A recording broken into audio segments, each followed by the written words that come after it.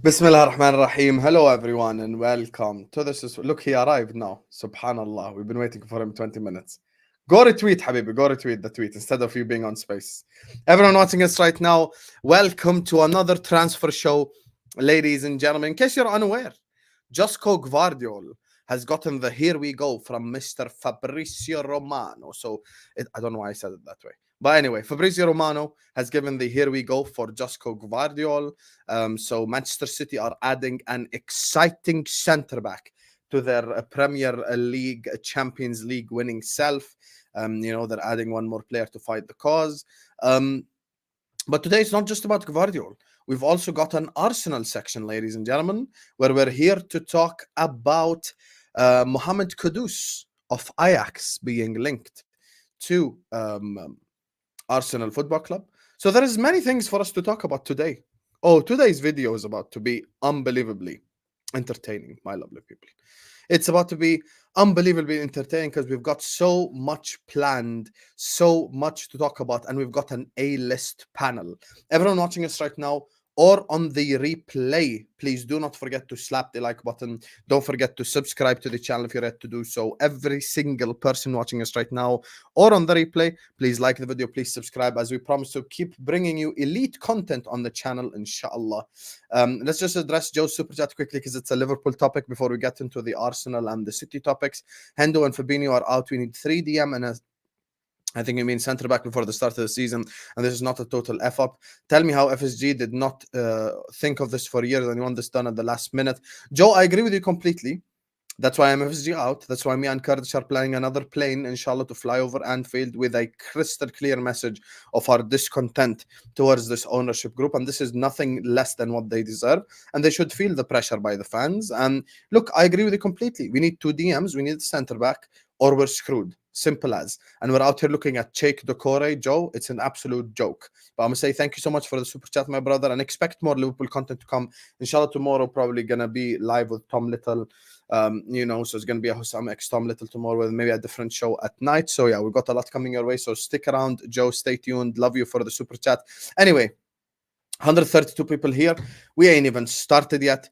Like the video, subscribe, and let's introduce the panelists. First of all, let me introduce the people who are actually here on time. Let me introduce the Arsenal fans first. Joining us, of course, is Arsenal Represent.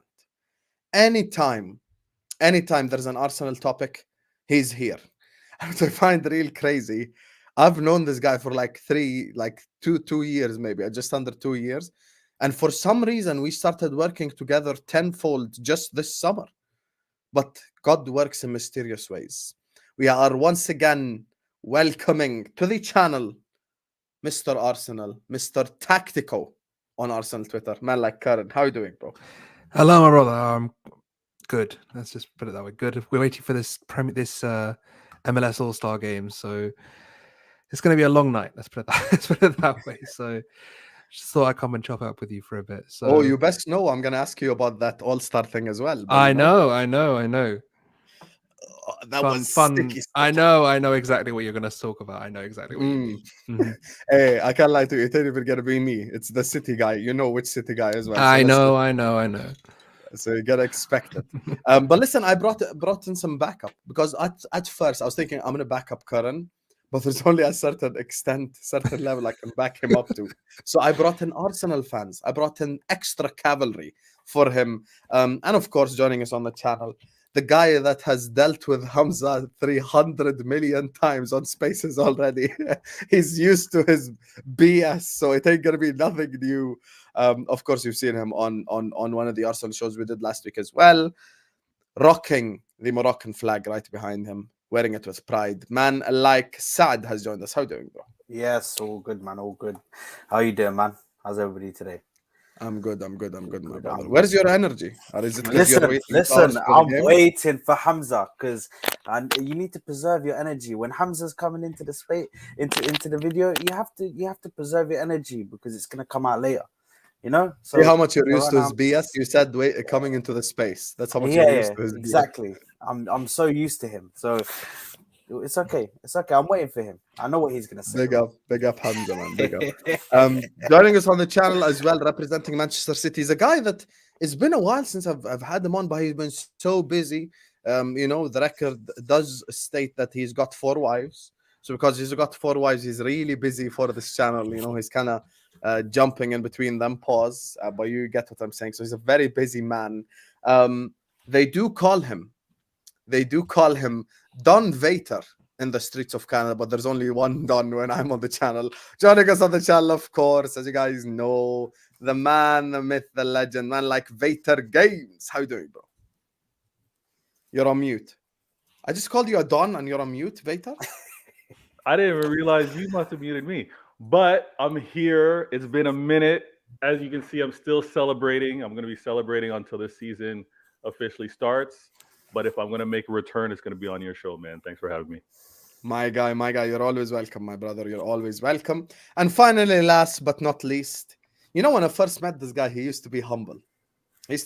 Always on time when we're doing YouTube shows. But now he won a treble. He won a Champions League. He stopped being humble. He's no longer humble. He's arrogant now. So he's got to show up like a celebrity. He's showing up to the show 15 minutes late. 50 minutes. Can you imagine? Where is the humility? Where is the humility in Professor Hamza? It's gone. But once again, of course, we welcome to the channel the biggest troublemaker in YouTube history. Man like Hamza has joined us on the channel. How you doing, Akhi? You're on mute as well. 2 City fans bottled it. I'm doing very well, Sam. Thank you for the welcome, guys. I'm enjoying life. I'm happy. Since I won the Champions League, I'm the guy. I'm not taking it easy. I'm making sure everyone knows. Everyone who have won, I join in the same table. And those who haven't won, I give them advice. So I'm here. Sorry. I spend my time. I'm busy. I get asked advice how to win the Champions League. How to win the treble. That's why I'm late. Okay, no worries, Hamza. Big up to you, man. Listen, big up everyone who's watching us right now. See, this guy's shameless has already started, man. That's why we love him. 200 people in here. We ain't even started speaking yet. Make sure you're liking the video. Make sure you're subscribing. I don't want to keep interrupting because you guys know Hamza and Karan is about to get heated. They've got It's not. It's really 100% not. gonna get heated. You've got Sad. Really not. You've got Vater. There's so Could many be calm. conversations that are gonna happen. So I don't want to keep interrupting them to say this. So just like the video, subscribe. Shout out to Joe for the super chat. Big up to you guys. Keep letting us know your opinions in the comment section down below. And contrary to popular belief, even though it is Gvardiol that is probably the latest piece of business, I want to start with Arsenal Football Club first because I feel like Arsenal are a little bit of the appetizer before we get to the heavy meal, if you would like, because there's a lot to talk about when it comes to Man City. So, no, I didn't mean it that way, Karen. Come on. So No. I didn't say anything. I didn't't mean it that way. I didn't mean it like you get what I mean. I know. So latest rumors.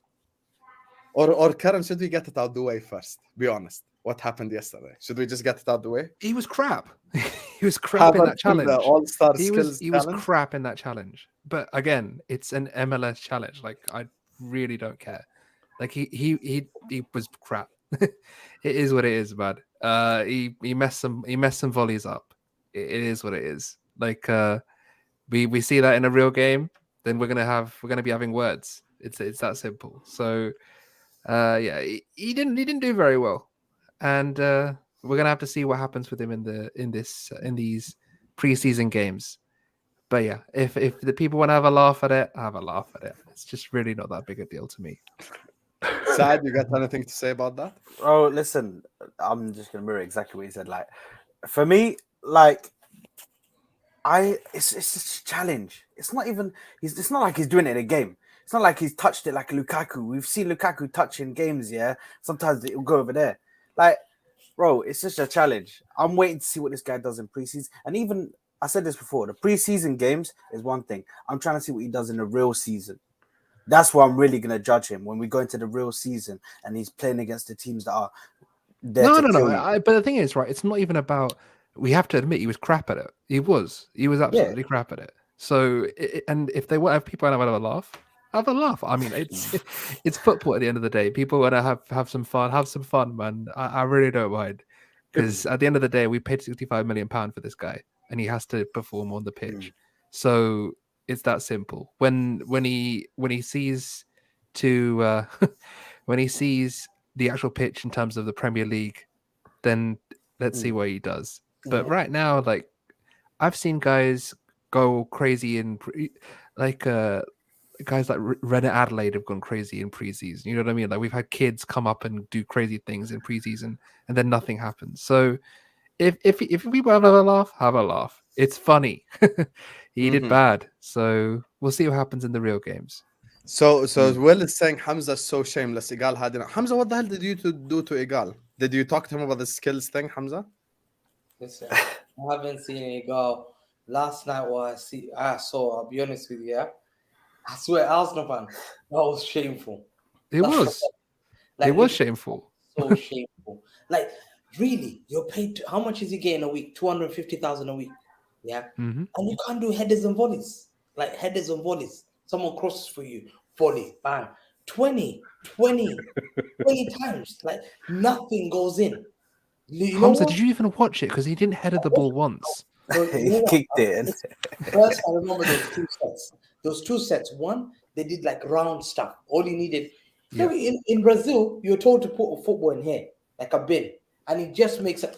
This guy was giving like some round stuff, and he couldn't even put it in the round stuff. No, he did. Look, the touch challenge. He wasn't awful. The touch challenge, he wasn't awful. Was he not supposed to be putting on that? He wasn't awful. He wasn't awful at the touch challenge. He won the touch challenge. Like he wasn't bad at it. Like there was Chelsea fans are clipping it up like he missed every touch. No, he did okay on the touch challenge. Just the volleys that was crap at. What was so shameful? We have to agree.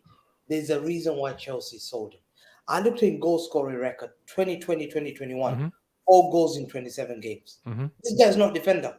He's playing like a defender. Next season, 8 goals in 29 games. The season after that, 6 goals in 35 games. Are we serious? No wonder you were missing all those chances. No wonder. If you're having stinkers, as they say, there's no smoke without fire. When I saw that statistics and I'm seeing that challenge, I'm pretty sure you guys are concerned. I am pretty 100%. 100%. Concerned after you watched that. Like 100%. But look, the thing is, Sam knows this. Like everyone on the channel knows this. I've not been 100% supportive of this signing. Yeah, I personally haven't been the most enthusiastic about it. But you know what? Has the support or enthusiasm dipped after watching that? No. There's been no change in your enthusiasm. It's like a dunk contest. Like who cares? Like seriously. But the problem is he wasn't able to dunk. That's the thing. There was no pressure. There was no gameplay. The pace of it was exactly so no slow. Pressure means no effort as well. There was no effort in that at all. He doesn't, guys. These are MLS All-Star challenges. Like seriously, who gives a shit? It was in America. You're supposed to who gives a shit? In America to play football, and this guy was inspiring them to play American football. Look, I don't know. There was almost. I don't. Look, I'm gonna say it again. He was crap at it. He was crap at it. I'm not gonna say that he's gonna have a crap career because he didn't get a couple of volleys in at a bloody All-Star challenge. I'm saying, look, it was crap. Okay? Sorry, Professor. Would you say that his volleys, his touches are now going to improve with game speed? It's because it was no pressure, a challenge. No. Why it was so poor? Why are you asking him? What? I don't understand. What I'm saying, you're isn't it surely the Arsenal fan you want to ask these questions? I am asking you. I said, Professor, 1 second. Sorry. No. My thing is I don't really see him having a lot of these volley chances when we don't create a lot of volleys. Like these aren't things that we create. In terms of his touch, that's just not good enough. If he's gonna improve, he needs to see. It's not about game speed. It's just a case of, look, he did badly, and it was a poor showing. It's a poor showing, and I don't think it's something that I'm going to sit there and be like, okay, career's done. That's it. It's all over. Like, everywhere he's had a crap showing, and these are the things that I was worried about when This is a really bad insult. No, that's a horrible insult. Ben Simmons hasn't played basketball in years because of his injuries and the ways he's protected. Havertz is not that kind of player. Havertz, if you're going to do a basketball analogy with Havertz, it's going to be like, I don't know. You know what's the best analogy? We're about to find out. That's the real analogy. Yeah, because that's the thing. Listen, here's the thing. I think Karan's being 100% spot on about this. Look, I don't think I'm gonna change my opinion on a player based No. on this challenge. But at the same time, he was crap at it. It was so crap, like, yeah. Like it's So you funny. understand So it. I don't mind the jokes because like it's the, funny. you know what if, the problem is? if it was, the problem if it was he got was, 0. yeah, That's the problem. Like Yeah. even if he got This is the 1 thing. in at least, like This is that's the thing. Like it's funny. If it was a United player or a Liverpool player, I'd be laughing. You know what I mean? So I completely get where you're coming from with it. So that's not my issue. My issue is I don't really see a lot of game state situations where we're going to be asking him to volley from the penalty spot. You know what I mean? That's not something that we do a lot. So if you're asking me whether this has any influence on his game state Yeah, can evaluation, I ask a question? It won't. yes, of course you can. You think this? I promise you, this is gonna affect him. And you know why? Because every play we see him and he misses open goals, we'll remember this. Because now he's put pressure on himself. You know that everyone's waiting for him. The timeline will never forget it. Havertz. Everyone's waiting for Havertz to run. Everyone's waiting for Havertz misses, and now he's putting himself. Hasn't that been the case his entire Chelsea career? It Already? literally has. Literally, that's been the story his entire career at Chelsea. Everybody's watching. Oh, is he going to score? Is he going to score? Oh, he missed another one. Like, I'm sorry, but I expect these rivals to be saying this stuff. My personal, the thing that I have a problem with is when our own fans are coming out and crucifying the player just because he was really bad at that challenge. Like, obviously, we've established he was really bad at it. Really bad. But like, I expect the rivals to come and clown us, but I don't expect our own fans to really take that seriously and be like, "Whoa, why is he doing that? Why is he doing this?" I'm focused on tonight to see what he does in the game, but I'm not focused on that challenge. Just the volleys were horrible because he Yeah. had a stinker, he had a goose egg, 0, 0, right? Mm. But the first touches, if you watch that challenge as well, it wasn't completely bad. No, Just the way those balls were delivered, you're just like, ugh. It's not good. So he's got a lot to make up for. No. And I'm not sitting here saying he was amazing either. He was crap at the volleys, and he was sort of like, he just about got through it with the touches, right? Let's not dress it up here. My thing is if he comes into a preseason game and he's still doing these kinds of crappy things, then we're thinking, okay, what's going on here? We need to start addressing things. Listen, there's no doubt about it. From there, he taught me something. Yeah, technical ability. 100%. Technical. That's fair. Yeah. That's fair. If I see it, I've seen it. Like, we've played football, and I'm thinking, oh, let me watch this guy. This guy's a new guy, but we're training. But I'm saying, I'm not gonna pick this guy. This guy is missing chances. It's like the basic of control of football is control. Yeah, technicality of Van Persie used to have it. They compared him to Van Persie. They said, "Oh, this guy glides like Van Persie." Yeah, that is. I said that at the time. That was the stupidest. They're so lazy with the Van Persie stuff. Tall and if you're looking at profile a player, you're closer. Do you remember what I said on that when we were talking about him, Sam? Do you remember I was saying if you're looking not quality, the profile wise is closer to like a Thomas Muller type player. Like he's someone that's going to look to find space, whether it be in the box or around the area, creating space for others, make with his off the ball runs, trying to find a bit of creativity around the area, that kind of thing.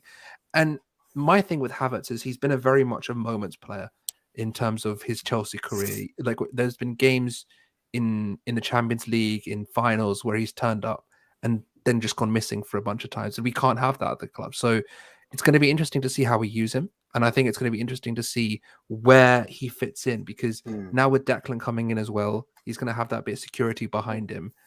Will Arteta try to play more of a diamond? Will he try to be a bit more offensive minded and play a 3 with basically the inverted right back coming in and forming a 4? Will we play a straight 4 in midfield with another midfielder coming in to make a 5? These kind of things will affect him, because the more space he has up the field, the less more of responsibilities he has, and the more he has to actually do what he does best, which is being creative around the box, trying to find off the ball runs to try and find space and basically tap in a lot of the time. That's his game. Listen, there are 2 players with question marks over them this summer, rightfully so, and that's Havertz and Mount. And it's fair to say so far they haven't impressed. But once again, I always mention an example just to show how irrelevant pre-season is. There's a guy that you guys might not even remember by the name of Iago Aspas, I who do. played for Liverpool Football Club. He scored in Singapore, he scored in Malaysia, he scored in Indonesia. He was tearing up preseason. He came back to Liverpool and he absolutely sucked. So all this preseason... Saad can remember Joel Campbell and Yaya Sanogo. Oh, we can all remember Joel Campbell. Joel Campbell, Yaya Sanogo, these guys, Andres Pereira, exactly. You know what I mean? Like there's preseason players. Listen, there are examples of many things that happened 180 degrees regarding preseason. So look, I want to move on to speaking of creating space and all this. First of all, 300 people here, minimum 100 likes. Yalla, like the video right now, subscribe to the channel. Shout out Joe and Will for the super chats. Make sure you're liking, make sure you're subscribing right now. Speaking of creating space, speaking of creating chances, speaking of could play in a diamond, speaking of could play on the wing, let's talk serious talk. Mohamed Kudus. What do you guys make of it? I like it a lot. But the thing is, my thing is why would you get Havertz if Kudus is the priority? I just don't understand. So this is my thing. I think the interest is probably real. I think it's probably there from time ago. And I know a lot of people are saying, oh, he's the right wing backup. I think that he's a versatile option that can play multiple roles. If he was to come in, his ability on the half turn and to run into space and to find spaces in the final third and run into space and basically his ball striking is more conducive to a left centre midfielder than it would be as a right winger. So I think that the signing it would have made sense a month ago, and this is why I'm kind of on the fence with the whole Havertz thing, because I'm just thinking if Kudus was the priority, why wouldn't you just go and get Kudus? Because Kudus is less expensive and probably fits the squad better. So I just don't think, from a logical standpoint, that it makes sense to go after Kudus and get Havertz. I think the more logical signing is a deeper profile midfielder, like something of a 6'8", something like that. And that's only if Partey leaves. If Partey leaves, then we have to replace him. Kudus is such a good signing, but I agree with Current. Why would you sign Havertz then? Like Kudus, it doesn't make sense. If you wanted to get Kudus, you should have gotten him from the start. He should have been here. Yes, exactly. This is why I was a bit confused about the thing, and I'm not exactly saying that it's Sammy Mokbel, isn't it? Who's with the link. So he's tier 1. He's definitely connected. So I'm not saying that it's rubbish. I just think that the interest is probably lingering from like a month ago and has come up again because the player is still wanted by the likes of Brighton, for example. I think they want him very bad a lot. So I'm not rubbishing the link. I just think that the interest is dated. So does there need to be an exit for you guys to get him, or you think he's an addition? I don't think it's going to happen. I don't think it's from what Sammy Mokbel put on the actual report. It's strongly based on if we can get players out. So we have to basically get players out in order to get Kudus in, but also the Thomas Partey thing. But the thing is, Thomas Partey is not reliant on Kudus because they play completely different positions. Like Kudus will be a more advanced midfielder, Partey will be a more deep. But he's played. I believe last season, because I've done some research on him when it came up, and he played like 3 positions for them. He played centre forward, attacking mid, and right wing. He plays centre forward, right wing, and left central midfield. But that's in a more attacking role. He's not a deep playing playmaker type of player. He's not a combative midfielder that goes box to box. He's not that kind of guy. Yeah. And if you're going to sell Thomas Partey, you need to replace him with someone of that ilk. You're not going to replace him with a Mohamed Kudus. So that's why I'm just sitting here thinking doesn't really make much sense. The aggressiveness, the aggressiveness that I'm seeing from Arsenal this transfer window, it's eye opening. It's eyebrow raising. It's clear that last season happened. We're not looking to have that happen again. Yeah. And you're powering up to make a charge. If you guys are getting Kudus and it's not really some serious exits, it's really just to, I guess, clear wages or clear salary in a sense, it's a problem. You guys are our problem. Yeah, I mean, I think that the main thing for me is Kudus let's get this thing straight. Kudus is very, very good. You could see by his World Cup, everyone knows how good he was at the World Cup as well. My thing is I just think that with the attackers we have at the club, I don't really see a role for him in the front line, and with the midfield we have, I don't know where he fits in. I think we were getting so many of these attacking midfielders interior players. It just doesn't make sense to get another one without selling someone. So if you're going to sell an Emil or a Fabio Vieira or something, then yeah, 100% get Kudus. If you're so who covers for Saka right now? Who covers for Saka? So it'll be a cover. But you wouldn't get Kudus to cover for Saka. He could cover for Saka. I think Kudus. No, I'm not saying he can't. I'm saying he's starter quality. Yeah, I'm thinking he's an experienced player in the Champions League as well. He's played for Ajax in the Champions League. So what I'm saying is, okay, now we're going too far. Because if he joins, he's not starting. Because you just Martinelli extended contract, Saka extended contract, Jesus picked up last season. If Kudus comes, I think he understands he's going to try to displace one of those three. I might even disagree with them both. I think Jesus is not as immovable as some people make out. I think Jesus I personally think if you're looking at the way Jesus was used towards the end of the last season and the way that he's been using preseason, he's also going to be right wing backup. Like we're going to see a return of him as a right winger as well. Because honestly, how many right wingers are there that are going to be enough quality to back up Bukayo Saka right now? No, but what do you say Jesus is guaranteed starter? I don't go that far. No, I mean, I think that he is at this moment in time. I think next season he definitely will. Yes. I think that this season is if someone comes in and does better than him, I don't think Jesus is guaranteed to continue to play. No, 100% no. Who's coming in doing better than Jesus and Ketia? No, a lot of people. Not this season. I'm saying if there's another signing next season. Okay, sorry. Let's stay in this season. I think that the front three is quite solid. So Saka, Jesus, Martinelli, and then if there is an injury to, for example, Bukayo Saka, then Eddie comes in and Jesus moves to the right wing.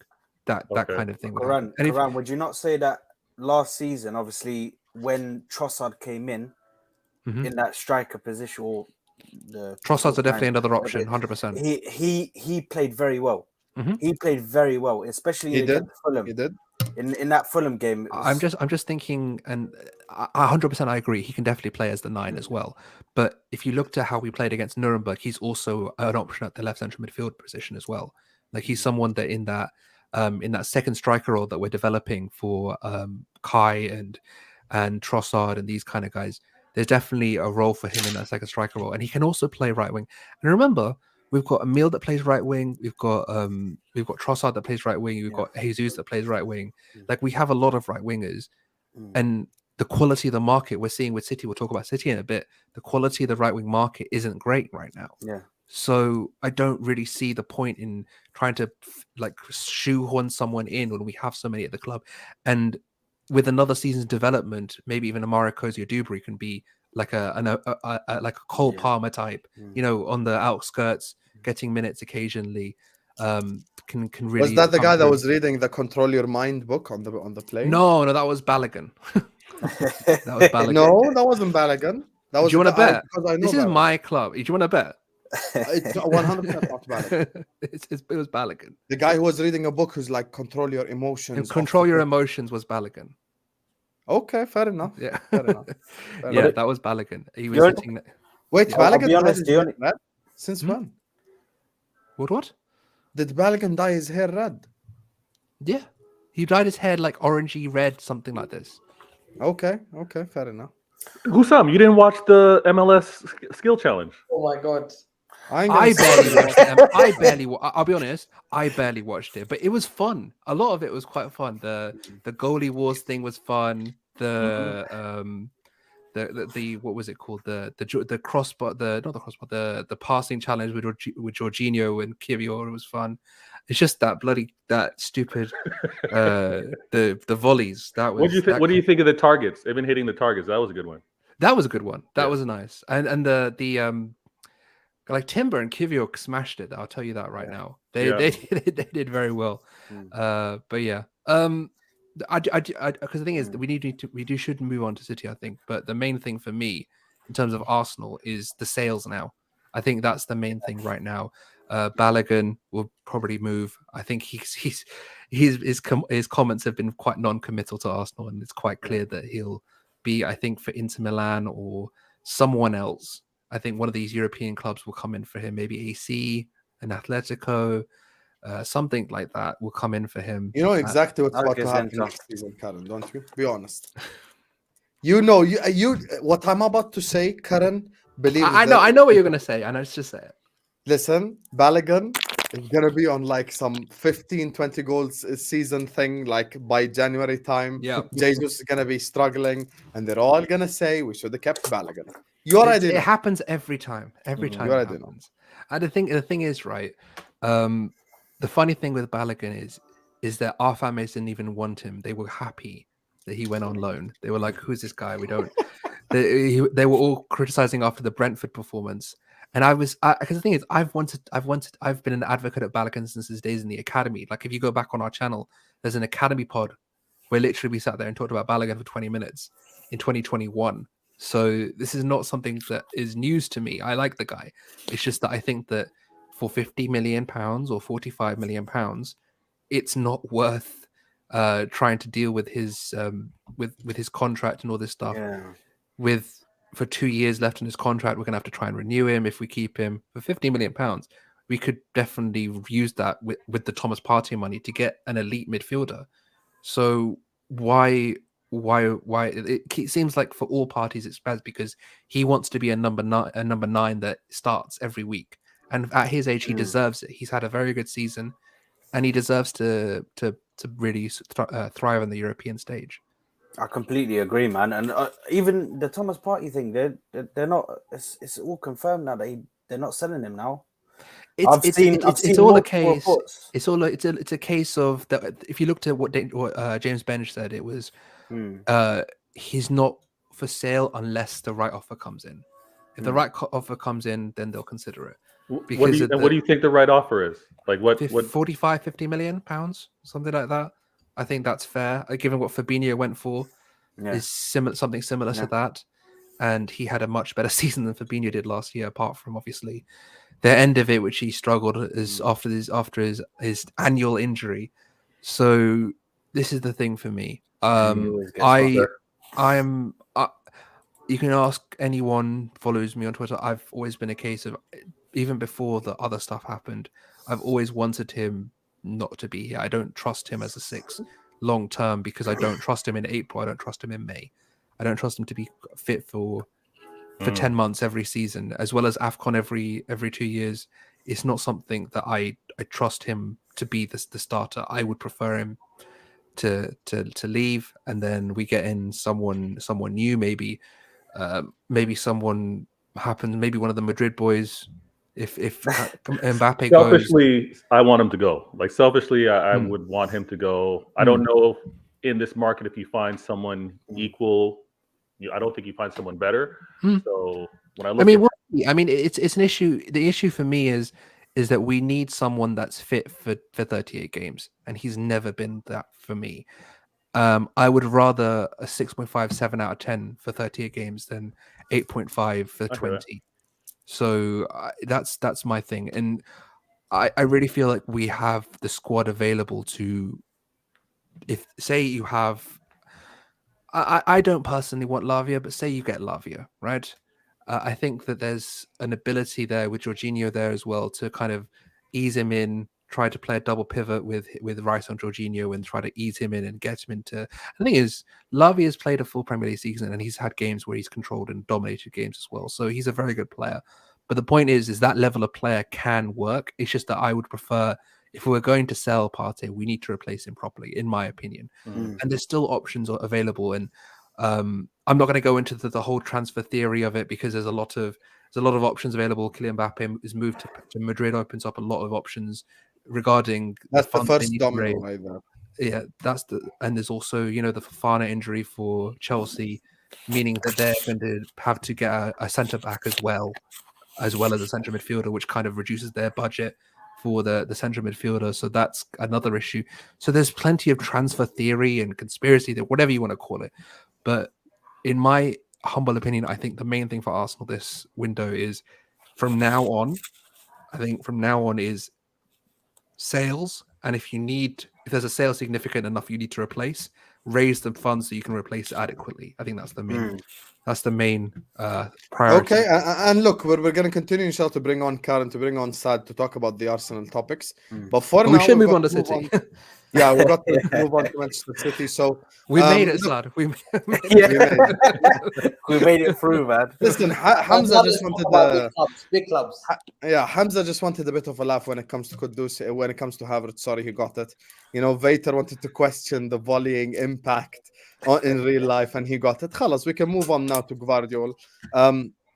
Big up here to there who says, Ballo plus Partey finance Caicedo, and we're real contenders.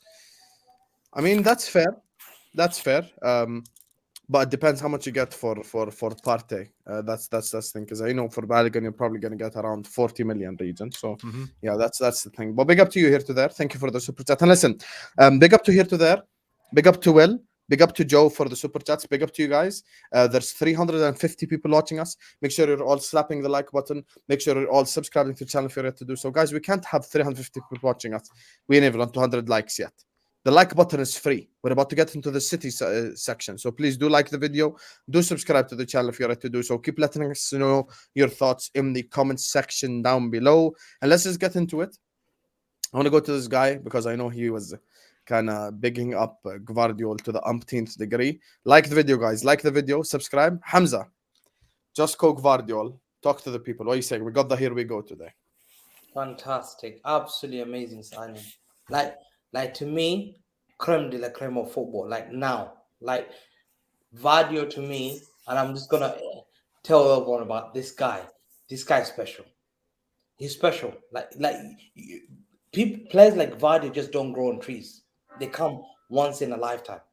We should be privileged. Like we're gonna witness one of the best defenders in forget Premier League history, in football history. Like I believe that's how talented this boy is. Like, and I'm the first one to break that news to you, because to educate you, this player is awesome.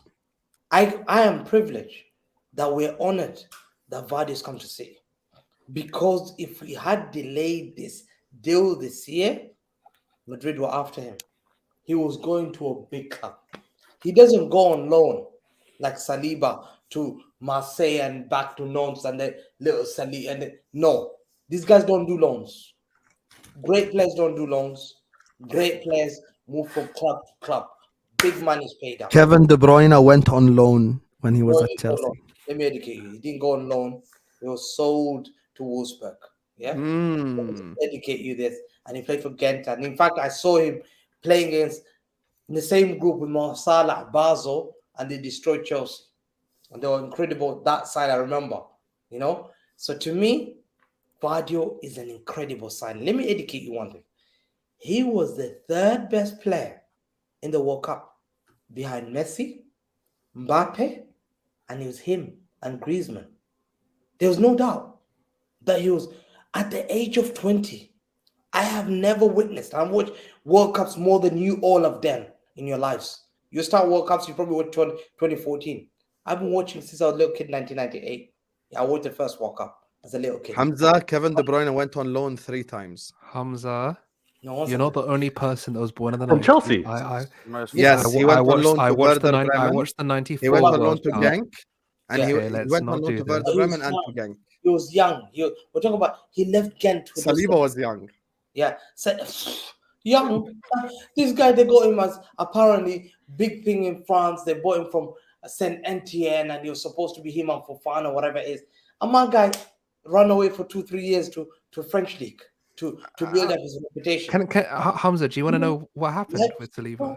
No, one second. Do you want to know what happened to Saliba? Because I think doesn't it's know. very simple.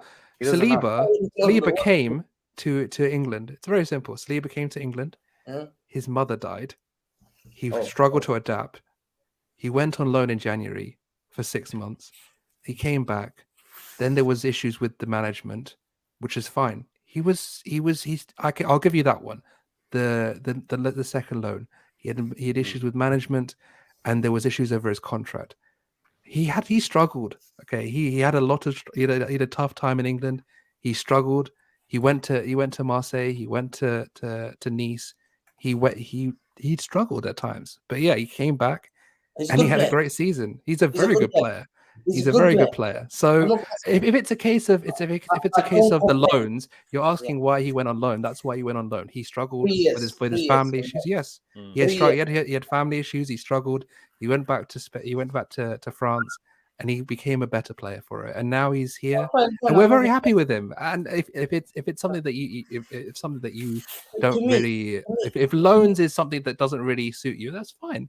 I But don't you know. know, Great. No, I'm just saying. Great players at that age, they go step up. They don't go back on loan unless you're playing for Chelsea, who are just nicking your sport. The Chelsea were just They were sports. hoarding talent. They were just hoarding talent. Chelsea just picked players at the time to just annoy team. Liverpool, more Salah. We're taking this guy from William. They were just doing that. We knew Chelsea what they were doing. Annoying football club. Yeah, I'm talking about Gvardiol, third best player in the World Cup. Write it down. 20 years old. You don't get that unless you're R9s. You don't get that unless you're Matthias Sammer. You don't get that. Even Cannavaro couldn't do that. But I believe, he's the elite. And you know what's so interesting about him?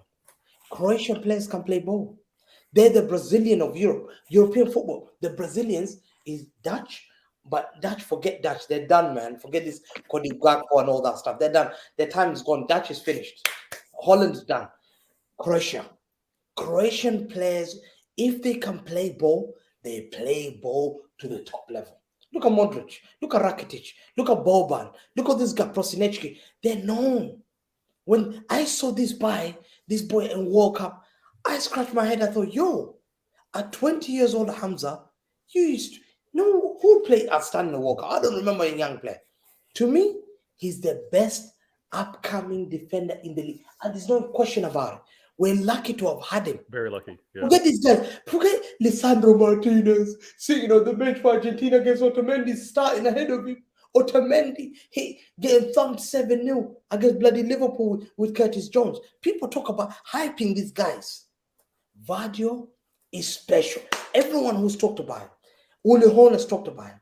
Beckenbauer, the first defender to have ever won the Ballon d'Or, talked about him. Matthias Sammer, the second ever player to win a Ballon d'Or and defense was Matthias Sammer. He talked about him.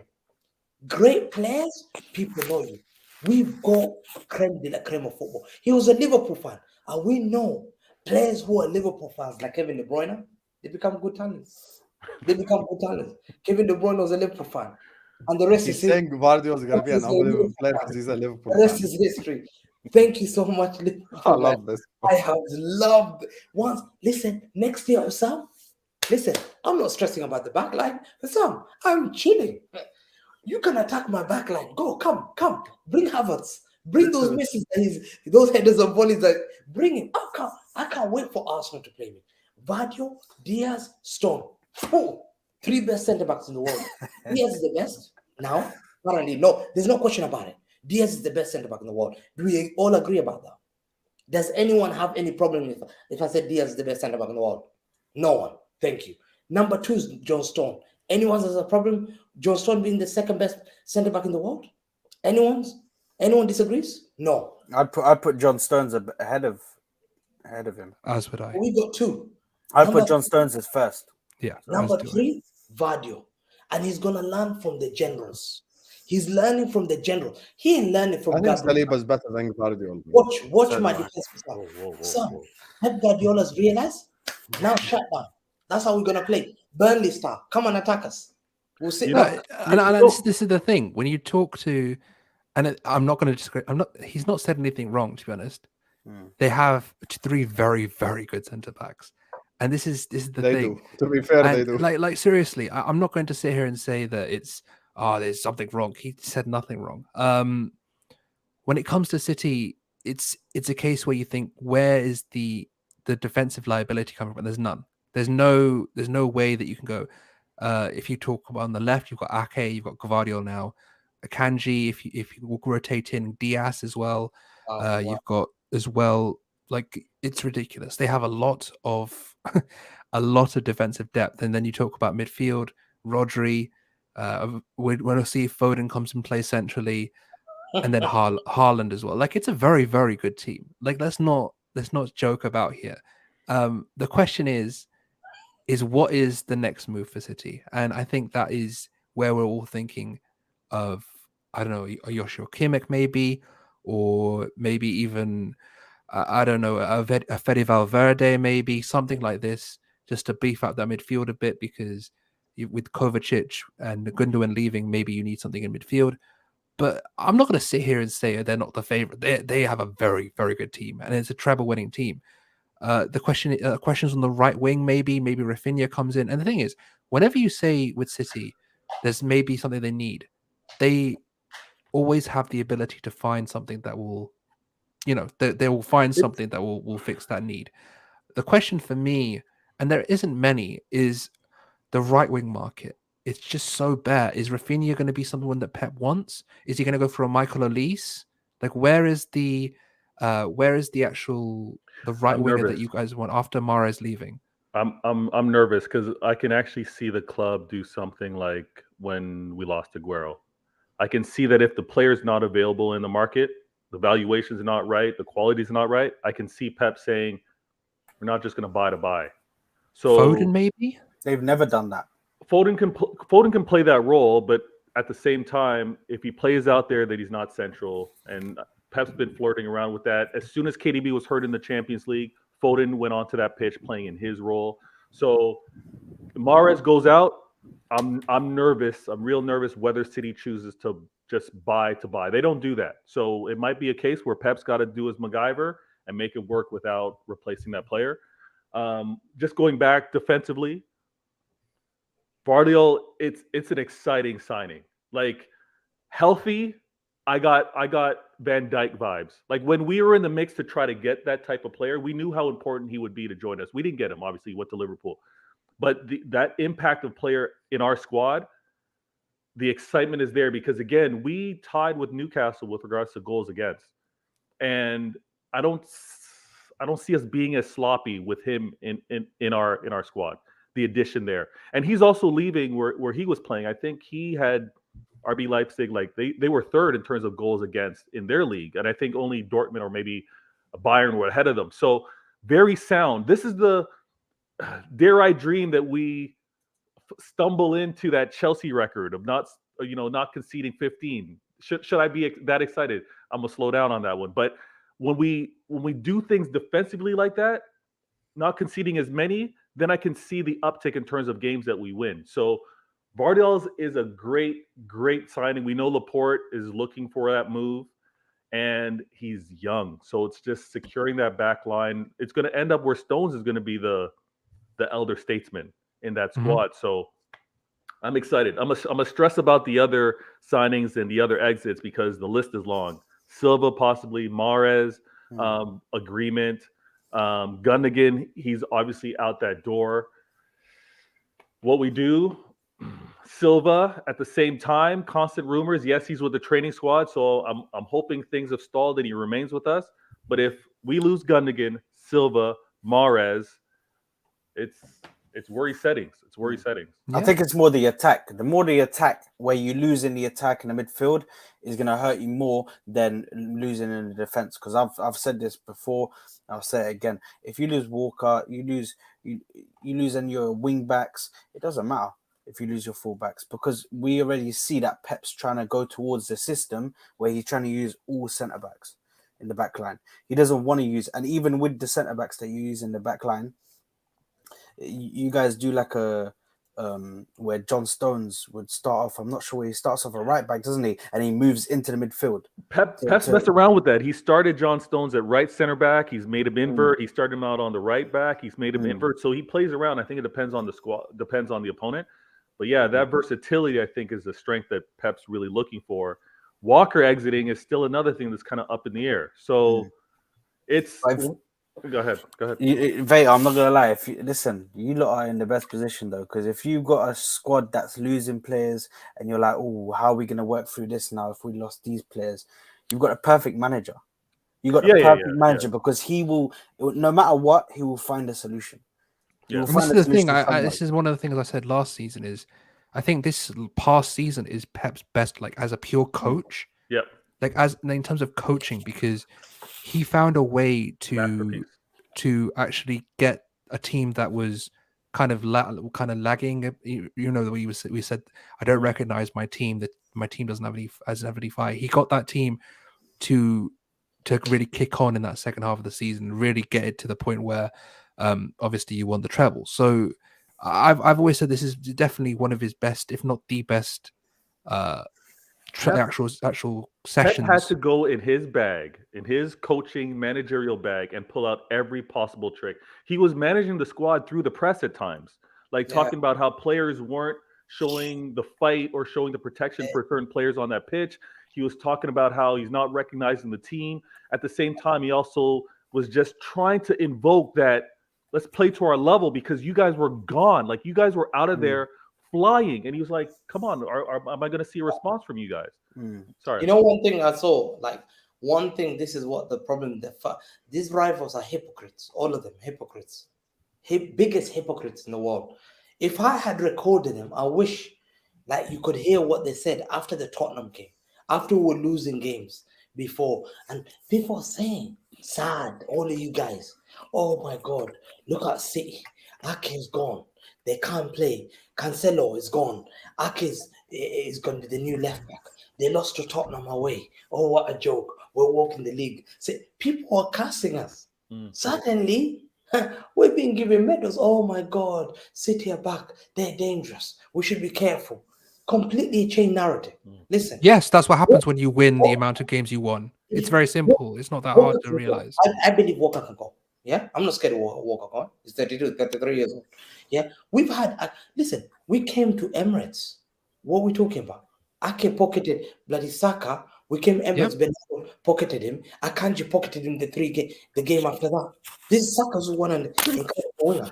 Like, he's an incredible winger. And 3 players pocketed him. And then Martinelli didn't do anything against Kyle Walker. Yeah, Rico Lewis played the one game in the FA Cup. Yeah, we can play anyone. I had Real Madrid. Real Madrid first, those guys were frauds. Last year, they were lucky. They were lucky, those frauds, to get away from a beating and a half. It's only our fault they got away with that fraud, that Champions League last season. And I'm still angry till today. Because John Stone pocket Vinicius. Forget Kyle Walker. I used to tell everyone before, Kyle Walker can pocket Mbappe. You know what Kyle Walker is good at? Kyle Walker is good at pace. Kyle Walker is not good at inverting that midfield. He's very good. He panics on the ball. If you see, he gives the balls away. You guys haven't clocked. So to me, if he goes, thank you very much, Kyle Walker. Yeah, fantastic. It's not a blow. Let these rival fans think it's a blow. He's 32 years old, 33 years old. Time has to move on. The only key thing is, Mara is leaving. I think we're going to get winger. I think. I think he will as well. I hope so. I really hope so.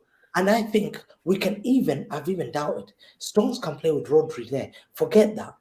Pep can say, yo, Pep is smart. He can say, yo, Gvardiol, you're very tough. I'll play with you. Sit back there, yeah, and allow Rodri to go forward.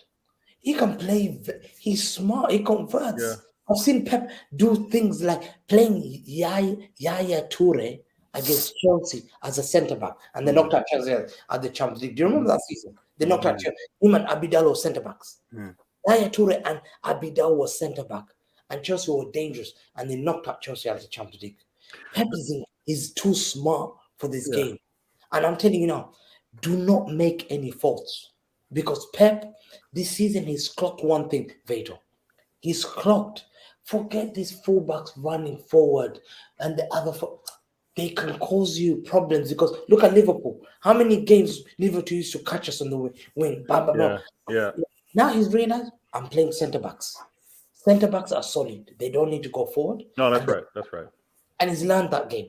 Yeah. To me, I think Arteta hasn't learned that. He hasn't learned that. And if he goes and keeps... What? We play 4 centre-backs. No. What? Zinchenko. No, we're playing Kivior now. Kivior is playing at left back. He played in the first game. In the first game against Nuremberg. When we bought Kivior, right? When we bought Kivior, Arteta said multiple times, Kivior will change the way we play. We're going to be playing the same 4 centre backs because we're basically it's Arteta. He's going to try and upgrade, and he's seen what happened with Ake. Sorry, hold on. If he hadn't gotten hurt, you're saying Zinchenko would have been a bench player? No, I'm not saying he would 100%.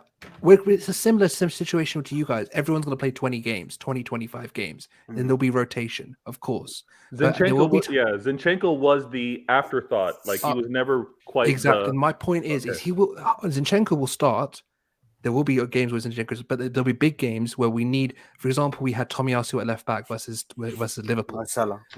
Versus Mo Salah, right? So there will be games where we play 4 centre backs. There will be games where we play the 3 centre backs with Zinchenko coming in, and I think this is the next evolution of this Arsenal side is that we're going to be we're going to use more of the squad because last season we didn't use enough of the squad, and it was a major downfall for us because Arteta. That's the next level, right? Where he takes so that's why we've bought in the likes of a Urian Timber, now Havertz as well, someone that can not exactly 100% starter, but will start.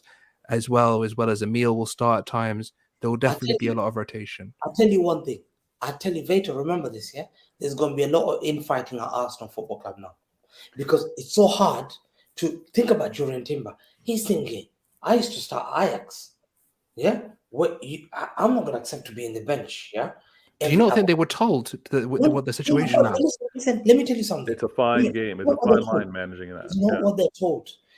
Van Gaal will tell Jurriën Timber, if you want to be picked for Netherlands, I better see you on that pitch every single. Because if you want to start for Netherlands, he doesn't want to be a guy who's on the bench. I'm sorry, Netherlands are too big to be playing Jurriën Timber as. So to me, it will be pressure on Jurriën Timber. So how is he gonna mold Tomiyasu, Jurriën Timber?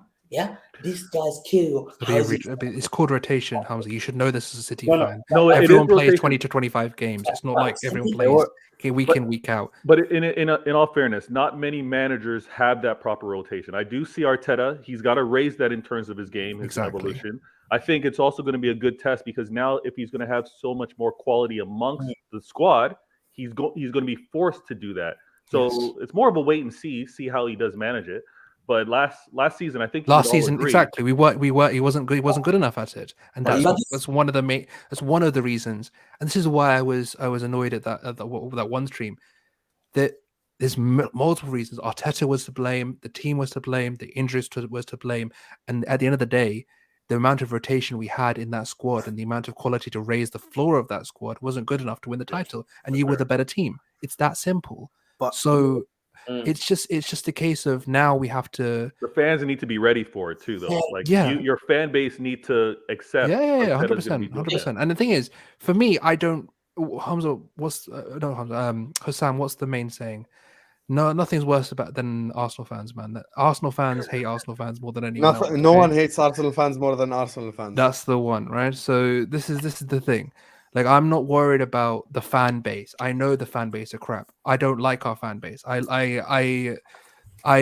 ready for the vitriol. Okay, I'm ready for it. So it's the question of now, can we really push on in terms of actually carrying out the rotations that we need to see in terms of bringing in a lot the centre backs to play 20 games?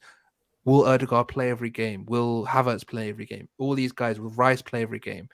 It's going to be a case where you can't have everyone playing 40, 50 games a season. You can't have players who want to play for international. I'm sorry. If Saliba wants to play for France, you have the same thing. As John Stones plays 20 games a season and he plays for England. What are you talking about? Arsenal, you're different. I'm telling you now. Guys, I'm telling you now. Your players don't walk into international team. Don't think Saliba goes into France because you're playing for Arsenal. I'm sorry about that. A big club in Europe. So if Saliba wants to play for France, start for France, he has to bench Konate, he has to bench Varane, he has to bench Upamecano. And for him to do that, he has to play every single game. So you're choosing the one team that has 5 centre-backs. 1 second. And talking about Saliba. Okay. If he wants to play for Brazil, he has to. He doesn't play for Brazil. No. Gabriel Magalhaes, does he not play for Brazil? He doesn't play for Brazil, no. No, he doesn't get selected for Brazil. He doesn't get selected for Brazil. So Bremer comes before him. He has aspirations to want to play internationally. Yeah, but he's not playing for them at the moment. But that's what I'm saying. Do you really think Gabriel Magalhaes dreams to play for Arsenal or not to dream for Brazil when he grew up there? Of course he does. Of course he does. That's not the point. The point is you're saying that these players are going to want to demand time because of international football, and that's just not the case when you see You're looking at teams across Europe that rotate their centre backs, rotate their defenders. You guys both know, as City fans, the amount of times that Pep rotates that back line. He doesn't play everyone every game. So why would Arteta not expect the same from his players? We need the ability to play a top quality front line, a back line every game, especially towards the end of the season. You can admit though that what Pep does is unique though. That's not. Of course it is. But the point is that we need to be. I'm not saying we have to copy Pep, but the point is the model is there to sustain the injuries throughout 38 games. But you're not. Listen, you're not Man City. You're little. You're Arsenal football. You're little, yeah. Don't say it, man. Let's not do little. I'm using these small words, and it just. You guys have so much ego. Sad, so much for being Karen's backup. You're just sat there thinking it all. No, listen. No, honestly, I'm not. The thing is, right? I understand, because the thing is, they've won a Champions League. I'm very happy for them. They did very well this season. They won their treble. Great. I don't need to be doing this whole whose club is big. If you want to call yourself bigger, call yourself bigger. I don't really care, right? The end of the day is we're going to have to compete for the next 5 years for the title. Let's get on with it. Okay. You want to be the bigger club, call yourself. I don't give a shit. Okay. It doesn't really matter. Listen to this. If you're playing for Real Madrid, there's courtesy of certificate. You're walking to your national team. Good. You're playing for Madrid. I'm very happy for Real Madrid. Even if you sit on the bench, you're playing for Real Madrid. You're playing for England. You walk into every international team because it's Real Madrid. Yeah. So Dani Ceballos walks into Spain. Yeah. No, I'm talking about. Listen, yes, he does play for Spain. So he doesn't walk into that midfield. Then he gets selected. Ben White wants to play for England. Tomiyasu wants to play for Japan. Okay, I'm pretty sure Japan is not hard to get into Japan. Easy, don't worry. But players like Jurriën Timber, William Saliba, Gabriel Magalhaes, Ben White, these guys are supposed to be playing game in and game out for them to participate and to progress their football career. Okay. I mean, we'll see what happens. We'll see what happens. Okay? Hamza, at the end of the day, right? If it happens and everyone becomes upset because they're not playing, fair enough. You win, Hamza. But at the end of the day, the way we're setting up this team is when we have a core of defenders at the team. We have 6 to 8 defenders at the team, and if they've all sat there and gone, okay, we're playing 38 games. Well, you have to earn your spot. Whoever earns their spot will play, and it's that simple. So we'll see what happens, man. I just don't think that it's logical just to go, oh, everyone wants to play for the international team, so they're going to fight with each other. That's not how squads work. They will want to play. Of course they want to play. But they have to perform on the pitch. They have to perform on the pitch and in training. Yeah, of course. So you perform in training, you perform on the pitch, you play. It's not that hard a concept. So we'll see what happens, man. I think it's a bit of a... Give it 6 months. Remember what I said to you? Give it 6 months. One of your players is going to kick off, wants to leave. Okay. I'm telling you now. You'll see. Okay, we'll see, man. Yeah, you'll see. Oh, yeah. 6 months time, you'll see they'll start complaining unless you have injuries, long-term injuries that they're playing constantly. But if you keep having that big and Jurriën Timber playing Netherlands, he would want to play. Van Gaal is very arrogant. Van Gaal no one said that they don't want to play. Okay, no one is sitting here saying they don't want to play. Of course they'll want to play. And the fact is when we say that you're going to have a bunch of games, you're going to have Champions League games, you're going to have Premier League games, Carabao Cup games, FA Cup games. There's games to go around.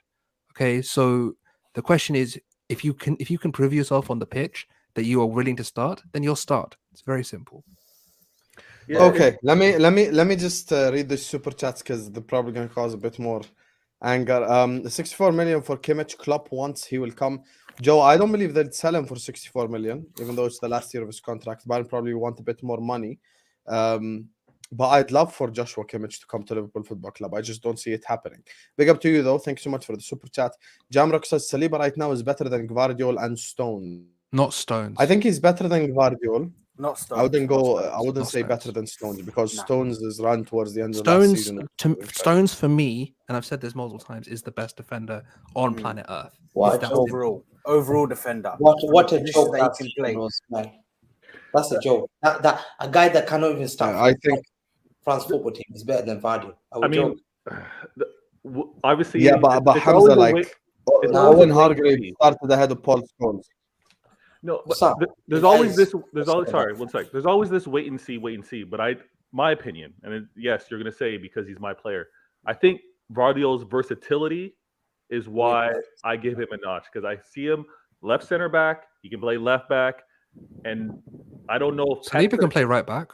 Saliba played right back at Marseille. I saw this guy get bullied by Ivan Toney. Okay. I saw him. I've seen Saliba pocket Mbappe. What are we doing here? What did you watch the whole game? Yes, I did watch the entire game. No, I you did. literally I watched Start playing the same highlight. I've seen Salah bully John Stones. like so. Well, we can all sit here and go on an individual appearance. Salah's The your point clip, is, you can't even say it. the thing is, right? We can say this, but I think for me anyway, and this is respectful, goes Stones, Saliba, and Gvardiol is like on a very even field. Maybe you can say one is better than the other. Maybe you say the other. I don't see that much difference. I agree on that. Gvardiol, Saliba, fair enough. But to say, Saliba walks all over Gvardiol, that's a joke. Don't be surprised if you see Pep put Gvardiol playing that pivot next to Rodri. No, I wouldn't be surprised at all either. Yeah, that's what I said. I will not be surprised by that because he's very good. He can play the ball very comfortable. Yeah, Okay, fair enough. Retired Zlatan says, Sam City and Arsenal are eating baklava while we're drinking lemon water because FSG wants us to lose weight. We have greedy clown owners. Listen, I hear where you're coming from, Akhi. I understand where you're coming from, Zlatan. And currently, it is lemon water. Let's hope we upgrade that lemon water to at least sparkling lemon water. And we'll take it there from there step by step. But... life's difficult currently as a Liverpool fan. Let's hope things pick up, Zlatan. And look, I'm going to speak to my guy and see what Liverpool are currently up to because it's looking peak currently. Big up to you, though. Thank you for the super chat. Big up to Tarmizu, who says, Salam al hijra, akhi. Thank you, my brother. Terry Makasse. Big up, lads. Do you reckon the scarcity of a number 6, number 9, and right wing has a correlation with constant change of coaching system in general? Oh, that's such a good question. Karen, you take that one. Look, I think if you talk about how coaching has happened, I think the way that we've coached left-footed right wingers in this country and in Europe, I think there's a very lacking because the way the profile is, everyone wants that left-footed winger on the right-hand side, and there's very few of those about right now. If you look at someone like someone, if you want to talk about wonder kids and youngsters, and I'm going to say this now because I can clip it in 2 years, 3 years time. There's someone in Palmeiras called Estevao. He's called Messinho for a reason. He's someone that he reminds me a little bit. He's only 15, 16 years old, but he's got that gait. He's got the ability to go in both directions, stop and turn, and he's someone that I will have my eye on a lot. But there's a very few of those type of talents. Like we're looking at someone like Solly March being like a talent that people want to, you know what I mean? That's the level of the right wing market because of the way the specialization of that specific position is so geared towards a left footer. The amount of left wingers we have in world football is ridiculous. Vinicius, talk about Grealish, Martinelli, whoever you want to talk about. These left wingers, because everyone's right footed, everyone can come inside. So this is the main thing for me. So in terms of the 9. I think the way the 9 is going to be evolving in the next couple of years is going to change as well because we've had this false 9 era with the Messi type of profile. You look at how João Felix has been, Benzema, exactly. You see how João Felix has been treated because he's kind of that kind of profile is that we're moving away. We're going back to the my type of striker, the big man, the Haalands, Osimhen, these Dusan Vlahovic, these kind of guys. Like that's the guy. That's Darwin Nunez exactly. So football is constantly evolving. We're getting into places where everyone wants to try and tactically evolve to beat what the current system is. The current system everyone wants. I've seen Crystal Palace lineups bloody 3-2-2-3. Like Palace are not playing with inverted fullbacks and wingers that are going to and a 9 that's going to drop and wingers going inside. That's not how Palace play. But the point is, the current system is the 4-4-3-3, the inverted fullback to form the box, and everyone plays that way. So the next evolution, will it be a 3 at the back where the wide spaces are evolving to be more attacked because you can get around the sides because the central progression is so packed? This is the thing. So you're constantly trying to evolve to try and beat what the current system is. And I think that's why the way the players have been coached, we're going to see the current coached players, so your current academy players, be coached to beat this current system.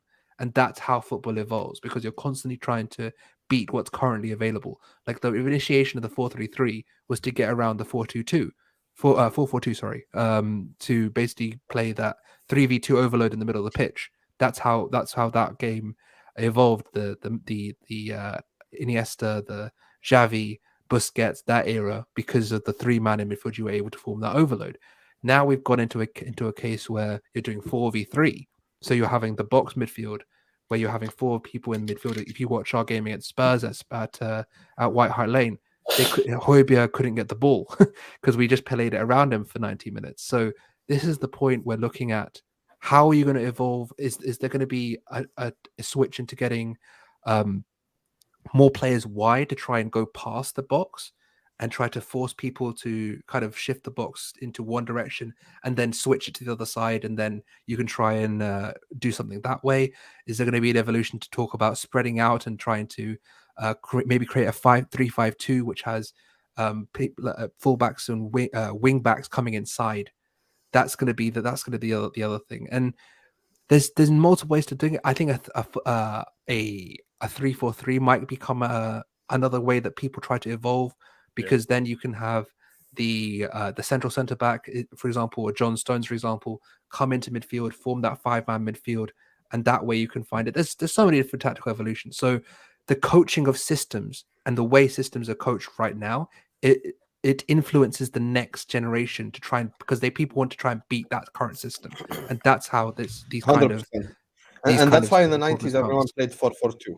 That's just the reality. Was the go-to.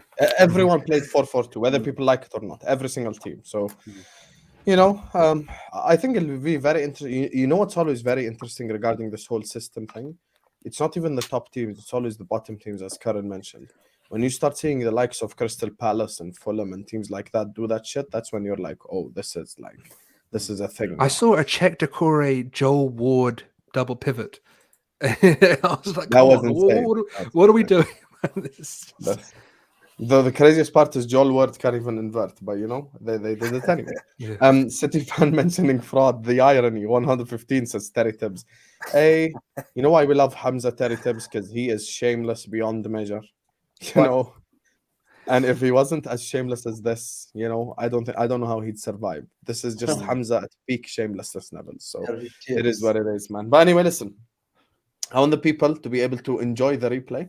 So we're gonna wrap it up here because we don't want to create a whole ass movie for them, and they are sometimes got a game anyway in half an hour. So we're gonna give them some time to make some snack, just chill out. Hamza, I'm sure will watch that game as well. Maybe make a Havertz comp.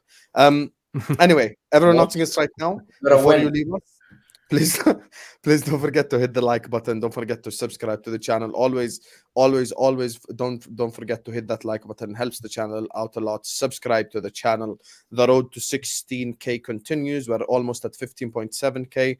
A big up to Joe, Will, Here to There, Jamrock, Tarmizi, Zlatan, and Terry Tibbs for the super chats. Big up to every single person who sent in super chat.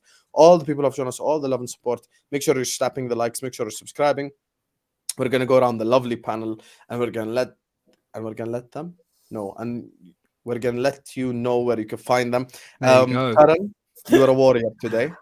You fought. No wars. You fought. You know what? We don't hate. No, let me tell you what happened, Karen. Let me tell you. Yeah, go on. Karen developed the Hussam syndrome with Hamza, and let me tell you what the Hussam syndrome is with Hamza, because no one can rattle Hamza like me. The Hussam syndrome is you get used to his missiles so much, you just get an anti-missile launcher, and that's it. And every time he tries to launch a missile, you're like, pow, pow, pow. That's why as soon as he said, all the shit players go out on loan, I was like, KDB went on loan twice, and he's your goat. So be quiet, Hamza. But anyway, Karen, it's a pleasure as always. We're gonna have as you always, my brother. Where can people find you, my brother? It's good to see you. Good to see you. Good to see everyone. Big up the comments. Do like and subscribe to this channel. Always a fun time on Hussam's channel. Do make sure to tune in. So, and as we say on every stream, the like button is free. The content is free. Pay the rent. Okay, just like the video. It's not that hard. Okay. So for me, you can find me at CurrentBMP on Twitter. My handle is just there. You can also find me at Ball of Passion. We just released our Rice, Havertz, and Timber video regarding the transfers. So we did a big thing on that. Yeah, that's pretty much it. Just thanks to everyone. Good to see everyone. And remember, people, it's football. It's not personal. Okay. good to see everyone. Big up to you, my guy. Big up to you. Today, Sad joined last minute. To come in as backup for Karen. Then he, he Failed. did really well today. He did really well. I failed miserably. He freaking led. He was like led the Havertz in line. the skills challenge. Where can people find you though, Sad? Yeah, you can find me on the Football Corner 97 just down there, and then my Twitter handle's right here. And yeah, click the like button, click the subscribe button, man. Keep the support up, man. Thank you very much for having me on the channel, Hassan, man. Appreciate Always it. welcome, Sad Akhi. Vader Games. You know what it is. Where can people find you, bro? You find me right here. You find me on Twitter, Vader Games. Just you see me, subscribe or like. Actually, no, you gotta just follow on Twitter, and then at the same time, just add TV to the end of this. Vader Games TV on YouTube. Find the channel. I try to do 1-2 videos a week. Any support helps, and it's always fun talking football with you guys. Never hate at all. So thanks for having me on. Big up, my brother Vader. Always welcome here. And finally, Mr. Celebrity. You know, I told them, Hamza, next time I'm gonna tell you the show's at 11:15, so you can come at 11:30. Where can people find you, Akhi? You can find me down there, Twitter. You can find me on Hamza Talk Football. Yeah, come on, pen and paper. Yeah, you come to your lectures on time, and you sit there. I educate you about real football, how to win. Yeah, this is where you find me. I haven't started doing my lectures, but that's where you find me, lads. Yeah, big up everyone. Come on. You know, I actually can't wait, Hamza. Inshallah, tomorrow I'm gonna do Football Wars. I can't wait for us to reunite. We'll see. You know, Hamza, I feel like me and you have spoken about Arsenal and United so much. The club I want to talk about is Chelsea. I just want to roast the crap out of them. I'll be They're honest. playing Wrexham today. Wrexham. Bro, you know what it is, Hamza? And you know this on Spaces. Chelsea, I need to be there. I need to be there. Chelsea get away with murder, Hamza. You know this. Get ready to cook up Chelsea tomorrow because we have to have that conversation because they're out here in 12th place playing fucking Wrexham. I'm gonna ruin them, bro. Big up to you guys, man. Make sure you follow all the incredible guys on the panel. Love you all, and we'll see you guys tomorrow, inshallah. Peace out.